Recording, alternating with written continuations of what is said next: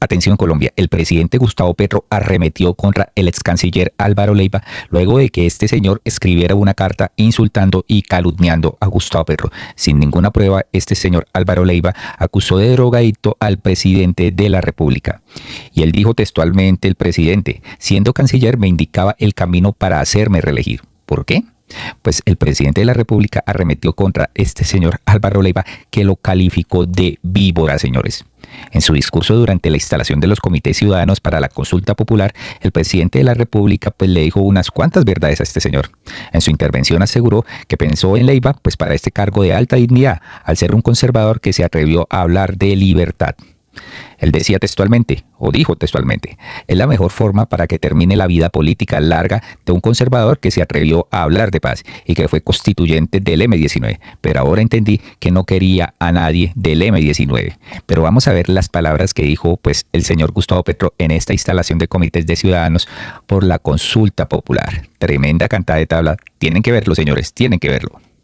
Por eso nos tratan tan mal y nos insultan. Ni siquiera son capaces de buscar un diccionario la palabra drogadicto. Busquen en Google, como decía el maestro Fajardo. Drogadicto es la víctima de una enfermedad. El drogadicto es un esclavo de alguna sustancia, a veces de algunos actos. Hay drogadictos del sexo, decía yo. Hay drogadictos del café y del alcohol y del azúcar y se vuelven diabéticos.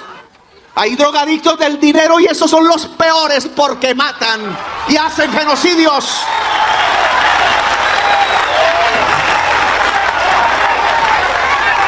Y hay drogadictos de la cocaína y de no sé qué más. La peor droga es el dinero. La codicia mata más en el mundo que cualquier otro y después le sigue el alcohol. Pero que este señor venga a decirle a un revolucionario que es drogadicto es porque no entendió ni jota de la vida. Ni sabe qué es la palabra drogadicto, ni sabe qué es la palabra revolucionario, Benedetti. Revolucionario es el que emancipa, es el que rompe las cadenas físicas del corazón y de la mente.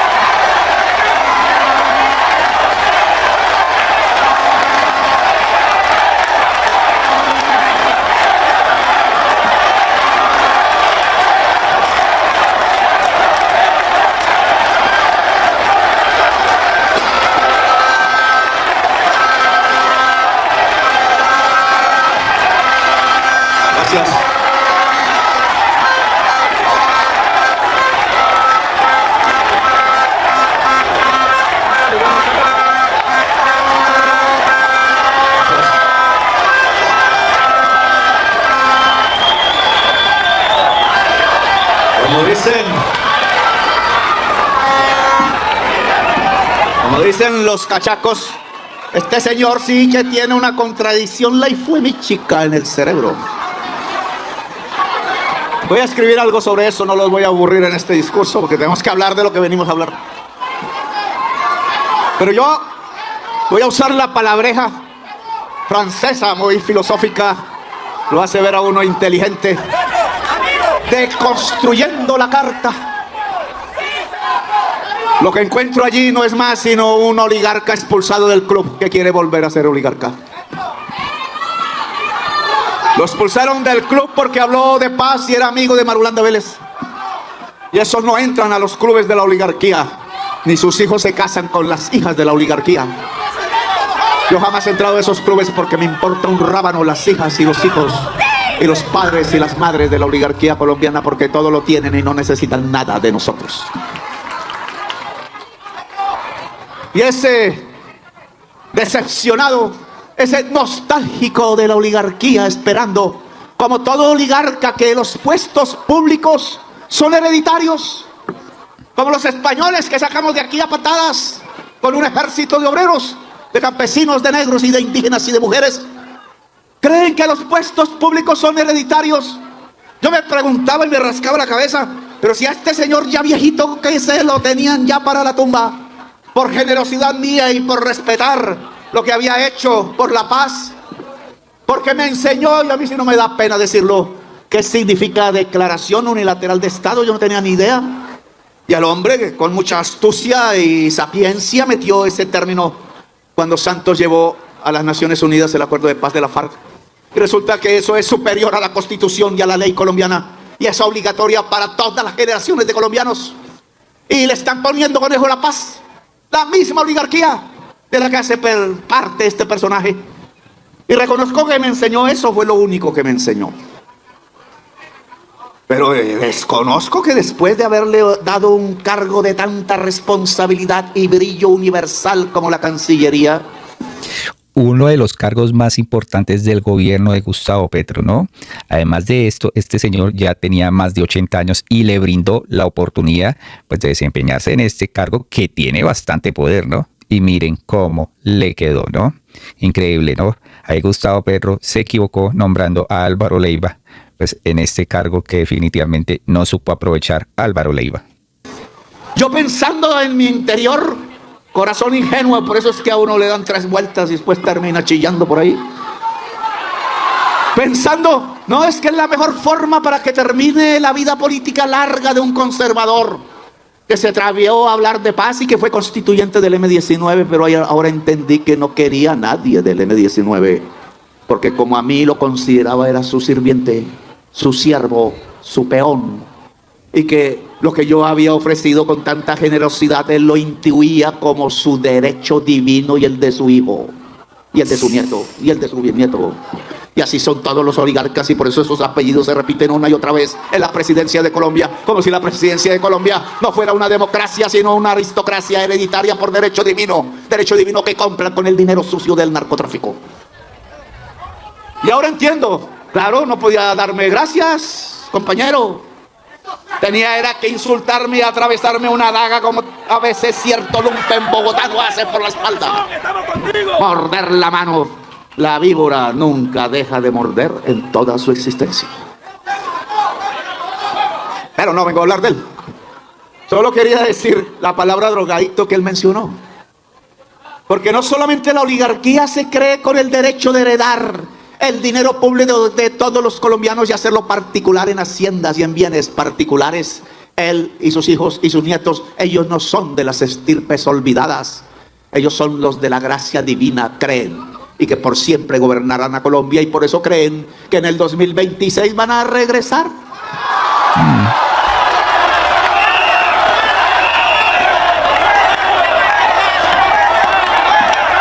Ustedes saben que Gustavo Petro tiene bastante poder de convocatoria y ya pues el colombiano despertó y se informa en diferentes medios alternativos, ya que los medios privados mienten todo el tiempo. Nos quieren mostrar una realidad que no existe, ¿no? Aquí los ricos, los empresarios, los periodistas que ayudan a estos empresarios quieren recuperar el poder. ¿Para qué? Para seguir sometiendo al pueblo y que el pueblo no tenga derechos. Nomás Efraín Cepeda, ¿no? Un sirviente de los ricos. No pasarán.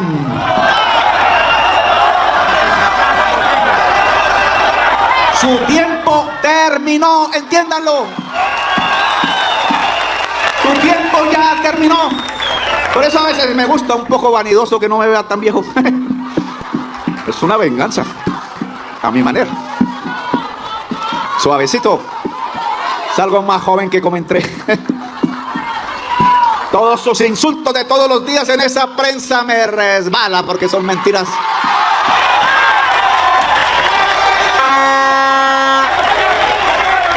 A mí me da energía. No tanto el café del que hablan por ahí. Me da energía el pueblo. Los drogadictos en Colombia de cualquier cosa, incluidos los de los drogadictos al dinero, hay que tratarlos con psicólogos y psicólogas. Hay que tratarlos con afecto, señor escritor. Ojalá no tenga un nieto drogadicto de la droga, porque entenderá lo que estoy diciendo. La única vacuna contra la drogadicción se llama amor. Y como hay tanta falta de amor allá en los Estados Unidos, fríos, gélidos y solitarios y aburridos, por eso es que hay tanto drogadicto en los Estados Unidos y tratan de resolver su problema no por el derecho que es generar más amor en los Estados Unidos, sino por la inversa, que es matar a los colombianos o hacerlos o dejarlos matar. Drogadicto no es un pecado, señor oligarca. La mayoría de sus hijos son adictos, y no a la droga, al dinero. Es una enfermedad que se trata. Pero nunca le achaque esa enfermedad a un revolucionario que ha durado toda su vida intentando hacer una revolución soñada. Porque es lo contrario. Yo no digo que los revolucionarios no tomen trago y por ahí se fumen no sé qué. Yo soy alérgico al humo. Y no me puedo tomar los tragos que se toma Benedetti porque me da un ardor aquí, porque me operaron y me dejaron incapacitado para el alcohol. Y me da nostalgia. No es porque consuma, es porque no abusen ni porque no se esclavicen. Y un revolucionario jamás será esclavo. Cuando me llevaron a la cárcel, a la tortura, nunca vieron que me rendía, porque era libre de corazón. Y entonces no asignen esa palabra, lean un poquito. Hoy el mundo se va a llenar de revolucionarios y revolucionarias porque se necesita cortar las cadenas de la mente, atadas a la televisión de los comerciales diciéndonos mentiras mientras nos están llevando al abismo como un rebaño, que es el abismo de la extinción humana. Ya tenemos otro virus encima, del cual tenemos que defendernos. Revolucionarios, lo contrario de esclavo. Por eso Jesús, aun tomándose el vino, cuando se tomó la copa de licor, como dice la canción, dijo: se reparte el pan y se reparte el vino, y esto es una comunidad. Palabras revolucionarias que ahora no se entienden. Y este es el mensaje de Gustavo Petro a Álvaro Leiva y a uno que otro medio, ¿no? Que buscan es censurar la palabra. ¿Por qué este señor Álvaro Leiva reaccionó de esta forma? Sospechoso, ¿no? Porque este señor no hizo sus supuestas denuncias cuando era canciller, sino hasta ahora, después de que salió hace unos mesecitos del gobierno. Pues aquí tienen la explicación. Frente al tema de la carta de Álvaro Leiva al presidente Petro, yo sé que muchos colombianos nos estamos haciendo en este momento la misma pregunta. ¿Por qué Álvaro Leiva decidió hablar ahora? ¿Por convicción, por rabia o porque simplemente ya no está en el poder? Durante más de un año fue ministro, tuvo todo el respaldo del gobierno del cambio. Participó en decisiones, ocupó el segundo cargo más importante del país y sin embargo hoy sale desde la comodidad del retiro lanzando acusaciones que curiosamente no hizo cuando tenía todo el deber institucional de hacer. ¿No les parece sospechoso que solo ahora, cuando ya no tiene poder, sino rencor, hable en ese tono? ¿No será que detrás de su carta hay algo más que patriotismo? Tal vez un negocio con alguien, tal vez el nombramiento de un familiar que no logró, o tal vez las dos cosas. El presidente Petro ha sido claro, valiente y coherente. Ha enfrentado mafias, ha acabado monopolios, ha abierto las puertas del poder a la gente que nunca fue escuchada y está liderando la transformación más profunda de nuestra historia reciente. Ya nos estamos acostumbrando que en este país, cuando uno incomoda a los intocables, salen a relucir ataques y traiciones precisamente de este tipo. Pero ahí está la gran diferencia. Mientras algunos escriben cartas cargadas de odio y rencor, nosotros seguimos escribiendo la historia. Frente a todo este tema, señores, una cosa sí es clara. Al cambio no lo detiene una carta, ni al presidente tampoco. Pues esto sí es verdad, así la derecha se esté frotando las manos hablando pestes de Gustavo Petro, ¿no? Es que es increíble cómo tergiversan la información y cada vez atacan al presidente de una forma desesperante, ¿no? Buscan por todo lado joder al presidente. Aquí hay otra usuaria que dice: Álvaro Leiva, el dolor de no ser necesitado. A esto se le llama el berrinche político. Les dejo este video que dibuja muy bien el hundimiento del narcisismo de un anciano que se cree faro de la moral. Álvaro Leiva escribió una carta al presidente Petro, una carta larga, elegante y llena de citas filosóficas, pero también llena de veneno, disfrazado de preocupación. Pero esto no es una advertencia institucional, es algo más viejo, más humano. Es un berrinche político disfrazado de epístola histórica. Leiva se pinta como el padre que ha sido abandonado, como ese sabio que ha sido marginado, pero ese discurso esconde otra cosa: el dolor de no ser necesario. La Cancillería no giraba en torno a él, y eso para una persona que lleva años creyéndose la brújula de la moral en Colombia es insoportable. Lo que nos muestra aquí no es el colapso del gobierno, es el colapso de su narcisismo. Leiva no hace política en esta carta, hace melodrama. Cita a sus hermanos, a su padre, a la traición, a su familia, se victimiza, no denuncia hechos, confiesa resentimientos. Y en psicología política eso se llama instrumentalización de lo íntimo, usar el dolor para golpear al otro públicamente. Él no está salvando a Colombia, está buscando venganza emocional. Cuando alguien acusa al otro de alcohólico o drogadicto, sin pruebas, sin decirlo de frente, está proyectando su frustración más oscura, no está denunciando, está destruyendo. Leiva no está preocupado por la salud de Petro, está intentando arrastrarlo al barro para que lo acompañe en su caída. Si yo no brillo, tú tampoco. Ese es el miedo del viejo poder, ser desplazado, olvidado, irrelevante. ¿Y para qué tanta filosofía? Porque el agresor elegante no grita, cita, no insulta, argumenta, no golpea, sugiere. Leiva disfraza su puñalada con el ropaje del sabio, pero lo que realmente escribe no es una carta, es un testamento de frustración política, es un grito de quien alguna vez tuvo poder, pero ya nadie llama. La pregunta es la siguiente: ¿a quién expone esta carta? ¿A Petro o a Leiva? Porque quien grita tanto para ser escuchado no quiere diálogo, quiere castigo. Quien expone las intimidades del otro en público no quiere solución, quiere venganza. Y quien mezcla política, familia, religión y acusaciones veladas no es un estadista. Es un actor herido que no soporta haber salido del escenario. El país no puede convertirse en el diván de quienes no resuelven sus heridas narcisistas. El país no es el escenario del duelo de dos egos, es mucho más. Colombia necesita líderes, no cartas de despecho, y mucho menos sabios que se creen intocables porque citan a Santo Tomás. El poder no se hereda, se ejerce con hechos, no con cartas abiertas. ¿Ustedes quién creen que va a ganar este pulso? ¿Se doblegará el gobierno ante Leiva? Los leo en los comentarios. Síganme en todas mis redes sociales como @GigiRich0801. Y si este diálogo... Yo creo que Álvaro Leiva es el que queda muy mal en esta carta. No tiene poder, entonces venga, si yo no brillo, tú tampoco, ¿no? Eso fue lo que pasó con el señor Álvaro Leiva, lastimosamente.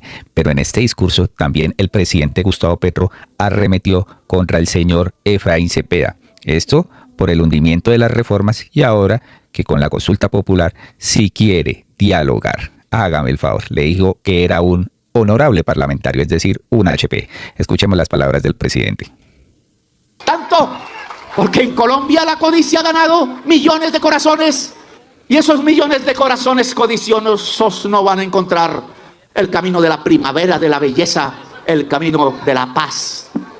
Quitemos la codicia de nuestros corazones y encontraremos la belleza y el bienestar y la calidad de la vida. Decía Efraín Cepeda entonces: oiga, pero si esas son las preguntas que ustedes presentaron, pues ahora sí podemos discutirlas en el Congreso. Yo no digo groserías, pero quise decir una. Mucho HP.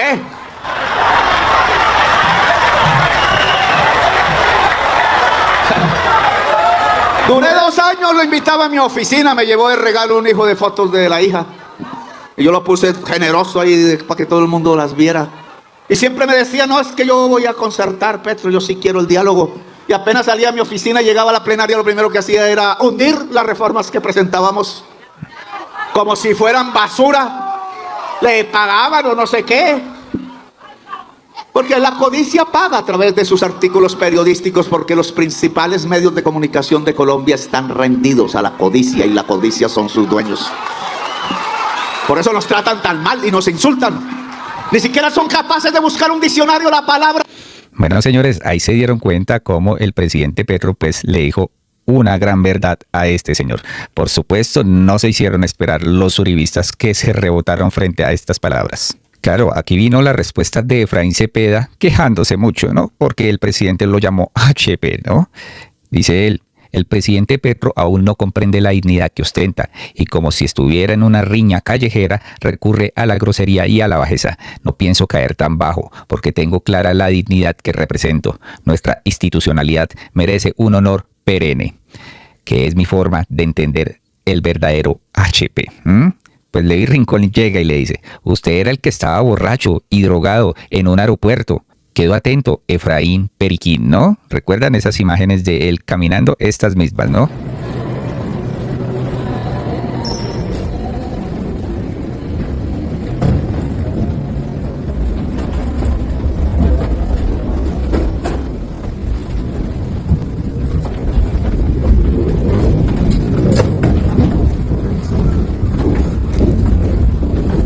De esto el señor no ha dicho nada, ¿no? Nunca se pronunció frente a este video. Y aquí la gente le dice: semejante hombre del engaño y de la traición al electorado, ¿puede decirse digno y no caer tan bajo? La peor bajeza, señor Cepeda, es la mala fe y la traición. Mala fe al oponerse por las mejoras de la población más pobre y la traición a sus electores a quien les prometió mejorar, ¿no?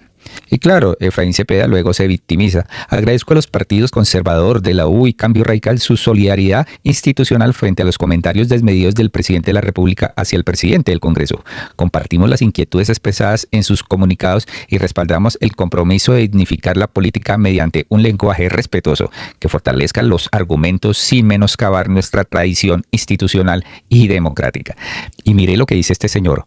Hoy nos gobierna un poder sordo a los argumentos, pero receptivo a las arengas, al discurso interminable y al señalamiento de todo aquel que se atreve a pensar distinto. Con el corazón les digo, no nos queda más que resistir con firmeza y dignidad y esperar, con la fuerza serena de la esperanza, a que cese de una vez por todas la horrible noche. Hágame el favor este señor, ¿no? Hay que tener mucho cuidado porque esta gente quiere recuperar el poder a toda costa, ¿no? Y es que aquí nos damos cuenta quién es Efraín Cepeda, 31 años viviendo de la teta del Estado, un honorable parlamentario, y no porque la gente lo vote, sino por la palanca que tiene. Efraín Cepeda, quien se indignó porque el presidente lo llamó HP, es un político de doble moral por excelencia. Cepeda lleva siendo senador 31 años, 31. Desde 1994 ha sido elegido por el Partido Conservador para 8 ocasiones distintas. Y no porque la gente piense que ha hecho una gran labor como congresista. Se ha elegido con ayuda de su gran maquinaria política y gracias a que hace parte de una familia rica de Barranquilla. Y en serio, la gran pregunta aquí es, ¿qué ha hecho por la gente en estos 8 congresos? Nada. En este momento y por segunda ocasión es el presidente del Congreso. Y lo que ha hecho es autodenominarse jefe de una banda para tumbar las reformas. Si él es el jefe de la banda para hundir las reformas que no convienen en el país, pues sí, seré el jefe de la banda para hundir. Sí. Unas reformas sociales que buscan darle un ingreso a los adultos mayores que no pudieron pensionarse, garantías a los trabajadores y acceso a una salud digna a la gente en los territorios. En el Senado que él lidera todo se ha caído. Las jugaditas para darle la espalda al pueblo, lideradas por el jefe de la banda, han sido evidentes. Hoy Cepeda se indigna porque el presidente le dice la verdad en la cara. Porque ahora sí, cuando es momento que el pueblo decida en la consulta popular, dice que es mejor debatir en el Congreso. Efraín Cepeda, entonces, oiga, pero si esas son las preguntas que ustedes presentaron, pues ahora sí podemos discutirlas en el Congreso. Le recordamos, señor Cepeda, que es usted el que promueve ese tipo de formas en el discurso político. ¿O se le olvida cuando le dijo hijo de puta al congresista Ariel Ávila en medio de un debate porque no quería seguirle las jugaditas para elegirse magistrado? Sepa Colombia que en 2026 no podemos volver a votar por estos políticos de doble moral que siempre le dan la espalda a la gente. Bien lo decía Jaime Garzón. Ese país se escandaliza porque uno dice hueputa en televisión, pero no se escandaliza cuando hay niños limpiando vidrios y pidiendo limón, eso sí no. Es verdad lo que dice aquí Jaime Garzón, ¿no? Se escandalizan por un hijo de puta cuando tiene mucha razón el presidente Petro, definitivamente.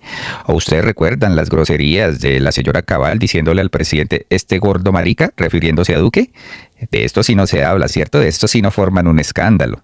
Ahí lo tienen pintado Colombia. Y es que si nos vamos a dar cuenta, el honorable parlamentario Efraín Cepeda, pues definitivamente todo concuerda, ¿no? El señor recibió una financiación de 194 millones de pesos a su campaña, de 880 en total. Entonces, ¿por qué defiende tanto a Sarmiento Angulo y a los intereses de Sarmiento Angulo? Ahí lo tienen, ¿no? Y después se quejan de porque le dicen hijo de putas, ¿no? Colombianos, hasta acá este video les pedimos que por favor estas palabras de Gustavo Petro fueron magistrales tanto para Álvaro Leiva como para el señor Efraín Cepeda. Les cantó sus verdades por dobles, por traicioneros, por desleales, por no ayudar al pueblo, por perseguir solo sus intereses. Definitivamente se le cayó la máscara a Álvaro Leiva y pues quedó en obviedad el señor Efraín Cepeda. Muy amables y hasta pronto.